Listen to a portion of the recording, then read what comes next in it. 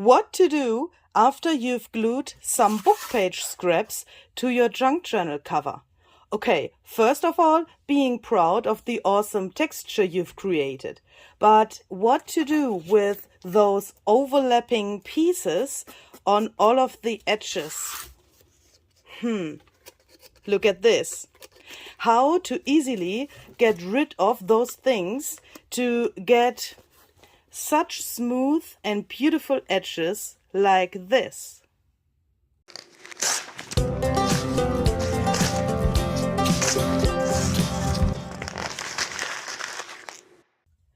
Hi there, this is Luisa Heinzel. Thank you very much for joining me today. I have a quick tip for all of you who like decorating their junk journal covers with book page scraps. So as you can see, I'm working on this journal cover here, and I've already glued my book page scraps here to the cover. I've crumbled them up a little bit, and then I've put some Distress Oxide inks and some Distress inks to get this cool, Oh, I'm so proud of this cover. So I got this cool look with the inks, and obviously there are different possibilities to glue book page scraps to such a book cover. So I mean, this is a normal hardcover book. Here in the inside you can see the original book cover. So I've just used an old book, cut the pages out, and then I've glued the scraps to the outside here. And of course, you can do that in different ways. So one possibility would be to take your book page. So I have this example here, and you glue it like so, and then you turn this around and glue this overlapping thing to the inside. And you could go around the whole book and cover all of the edges in this way by gluing this second part of the book page to the inside. But if you do that, so let me show you, then you would have a whole frame of these book page thingies here on the inside. And especially if you would like to crumble this up and create such a texture, this would be not so nice in the inside. So this would be really thick, and you would not be able to glue, for example, a fabric to the inside of the cover without any problems. The fabric could not lay flat here in these areas, and you would always see that through the fabric. So the other possibility, and that's what I've done here, is to glue the book pages just like I'm showing you here, and let the rest of the book pages overlap here. So from the inside, that looks like this. And of course, this is not what I want to have. Obviously not. So I've tried to find a way to get rid of all of these edges here. But I don't want to cut them with my scissors, because I would, have a really strange frame here. I would like to get rid of these things in a really fast and easy way, and I would like to get some really smooth edges and really, like this. Can you see that? This is really smooth, really beautiful, and you can then later on paint this little thingy here if the book cover has some ugly colors like mine here from this side. But with this method that I wanted to show you today, you can get rid of all of these overlapping things really easily, and this will be nice in the end. So what I'm using for this technique is some sandpaper. So this is normal sandpaper that you can get everywhere. I'm just taking a piece here, and if you want to know that, this is 180. So this is I think the number that says how fine or rough this thing is. I would recommend to use not one that's too rough, because you don't want to destroy the outer areas here of the cover. So you only want to get rid of this things here, but you don't want to destroy, of course, your design here on the front side. Then you need a wooden block or something like that. If you don't have wood or something else, you can also use a stamp that's big enough, so the stamp will be intact after we did that, of course. So then you take your sandpaper, just lay it to your thing here, press this to the side so that you have this here, really yeah, nice and sturdy surface here on this wood or on the stamp. And then you just take your cover like this, make sure that you have it really sturdy in your hands, and then you just go over this edge until the paper comes off. That's, as I said, really, really easy, and you can control it really good how far you want to go inside of this thing, because when you go, for example, here on the edge, a little bit over your design, and over this paper that's glued, give me a second, please, then you can, of course, create a really distressed and cool look. Excuse me, please. At the moment, this looks a little bit strange because the blue here of the cover comes through. But I'm planning to paint these edges later so that you will not see that. But here in this area, don't know if you can see that, here, these little damages, this distressing, can be really outstanding and really interesting. And you can control that really easily, depending on how, yeah, how much pressure you give to this sandpaper block thingy, and the angle you are sanding is really important. So if you don't want those distressed edges that I've shown you before, then you can also just change the angle to nearly 90 degrees to your table, and then go over this like so. This way you will only get rid of, yeah, these scraps here, and you will not distress this edge here on the cover itself. If you go in a, yeah, flatter angle, then you can go over it like this, and you can get these planned damages. Oh, how can I say that? So here, for example, I really like this effect. That looks really cool. Please imagine that this blue here will disappear later completely. Yeah, and that's it. You can go around. I know. It's really easy, but sometimes the easiest things are really helpful. And this is so fast. When I thought about this, I first thought it sounds so easy that I can't believe that it works. But as you can see, it will work. You can also, if you see that you have come through the paper, then of course you can easily tear the rest, so you don't have to go too far to your edge here. And especially if you have a book cover that has the right color here, for example, that you don't want to lose, then you have to do it carefully so that you don't damage this paint here that you probably have on your cover, because here now you can see the cardboard of the book coming through. For me, it's no problem, but if you don't want that, to do that really carefully. And here on the, yeah, on this area, and especially on the spine, you have to do it a little bit carefully, but that's no problem at all. Just go first to this edge here. Get rid of this part of this paper material here, and then just do the spine.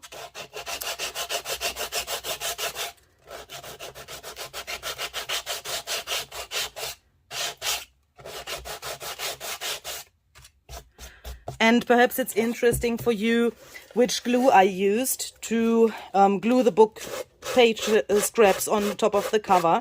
I've used some Mod Podge, but not the normal one. Of course, the normal Mod Podge would work as well, but I've used this Mod Podge Antique Matte. It's drying a little bit more antique, more vintage. Of course, when you cover this up with paint, you will not see this effect. But if you seal it in the end, when you have finished all your painting of the cover, then you will definitely see a difference to this normal Mod Podge that you all know. And also here you can see that the book page gets a little bit this, yeah, vanilla color. So this is the original book page. I don't know if my camera can catch that, but this is the original color, and this is what the antique Mod Podge is doing with it. I mean, here's a little bit of this green from my oxide ink, but it's drying really, really cool, and I really like this effect. It's really vintage and really awesome. I believe you could also glue this with some bookbinders glue. But don't glue that with your glue stick or something else. I mean, all of these glue stick thingies are not so permanent and not so resistant against this rubbing here. I mean, this, you know, it has to hold this pressure. The glue has to be really strong so that you have the possibility to go over these edges with the sandpaper. I will just finish this up and go around here with my sandpaper, and then I will show you how I get rid of the colors here of this edge thingy here. Since this is going to become a prayer journal, so this is the cover for a prayer journal, and I would like to imitate a look of a really modern, aged, vintage special Bible cover. I don't know how I can bring into words what's in my mind and what's my plan with this cover, but the fact is I want to use this awesome Italian prayer book. So I got this on an online flea market, and I want to use the cover that you can see here. So this is metal, some kind of a really cool material, and I want to place, of course, only this part of the cover without the rest. I want to place this on top of this thing here. So I will cut that and then use this part of the cover and bring it to this other piece. And that's the reason why I tried to get the colors matching each other. I think this green looks really cool. By the way, this is Distress Oxide Forest Moss and some drops of the Distress Ink Forest Moss Refiller mixed with some water, and then, yeah, wait until it's dry, and then it looks like this. And I think this color combination with this brown, this is, yeah, such a cowboy brown. I think that looks really, really nice together, but I will need some more contrast on the edges, and I will need to have something that catches this brown, and I need a frame around the cover. Yeah, don't know how to explain what's in my mind. As I said, it's really, really difficult for me. So let me try to show you what I want to do. So first of all, I'm trying to get here on the edges a little bit more off from this original book pages. So I try to get rid of a bit of this green, like this. I think that's totally enough. So perhaps you can see that. So here I can see the original book page. The green has gone a little bit, and you can see that this is obviously, yeah, used. So I would like to have a look for this cover that makes you think that this book went through many hands and is used a lot in the past. Oh. Hopefully this will work like I have it in my head. So let's do that here as well.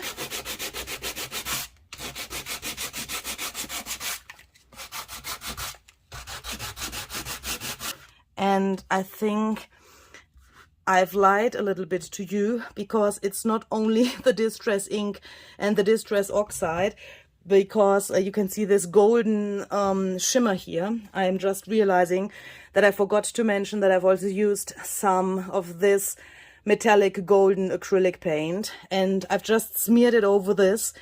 That made a little mix out of the Distress Oxide and Distress ink, and then I got this shimmery look. I don't know if you can see that, but that looks really elegant and really cool. Yeah, just wanted to mention that. Okay, so perhaps like this. And I'm just realizing, to get rid of the edges, so this step that I've done before, it's better to move this sandpaper like this, really straight over this edge. But if you want to have this distressed edges here in these areas, it's a better idea to make those circular movements, sorry, and don't go over the material like this or like this. Because otherwise I think you would get this marks from the sandpaper. So I really like how this comes out here. Look at this area here, that looks so cool.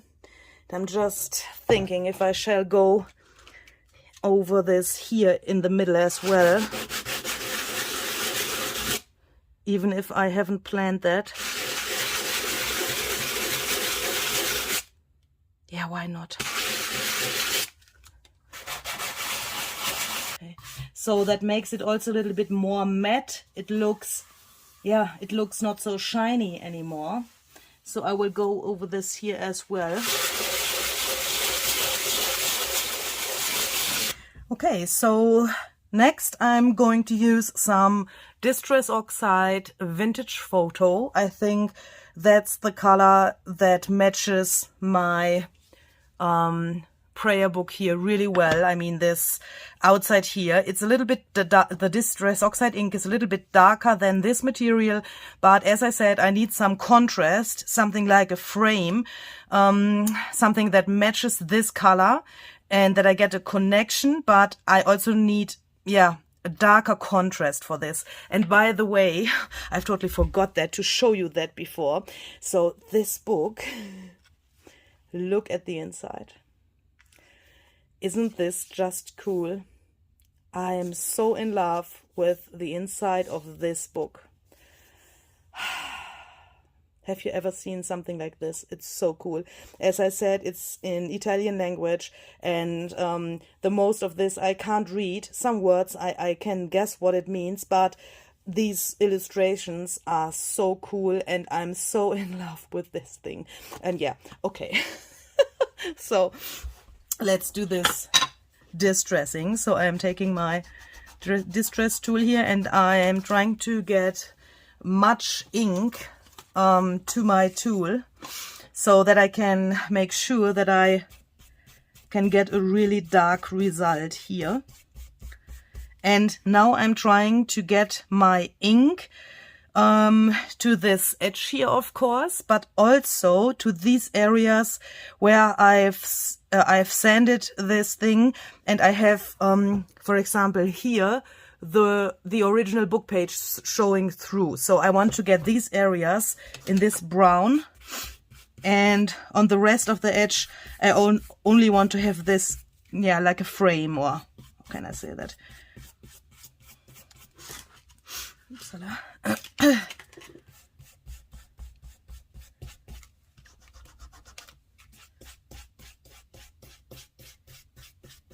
Okay, so perhaps this makes sense what I've said before. So here I have these areas where the book page comes through, and I have it really, yeah, darker here to the inside. Here it's a smaller frame, because here the ink, this green ink, goes more to the edge, and here on this edge I made it a little bit more extreme to get the ink to the book page. Yeah.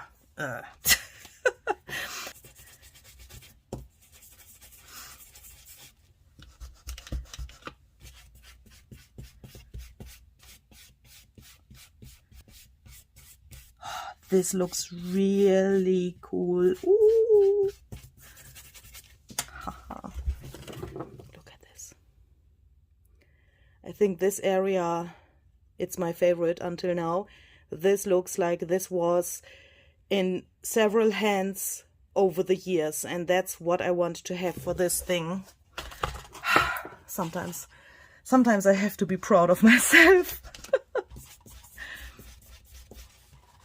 And now we still have the problem that we can see the color of this edge here. So I would like to use this kind of thing here. So this is called Maya Gold. The brand is Viva, and this is called Old Gold. I'm using this really often. It's a really cool paste, as you can see. And when this is dry, so I mean, it's really, you can use it really long because you don't need so much of this, and it covers everything that's underneath really, really good. So in the end, when this is dry, it will become something like a really hard frame. So that also makes this edge protected a little bit. So I am trying to get this randomly here around this edge, but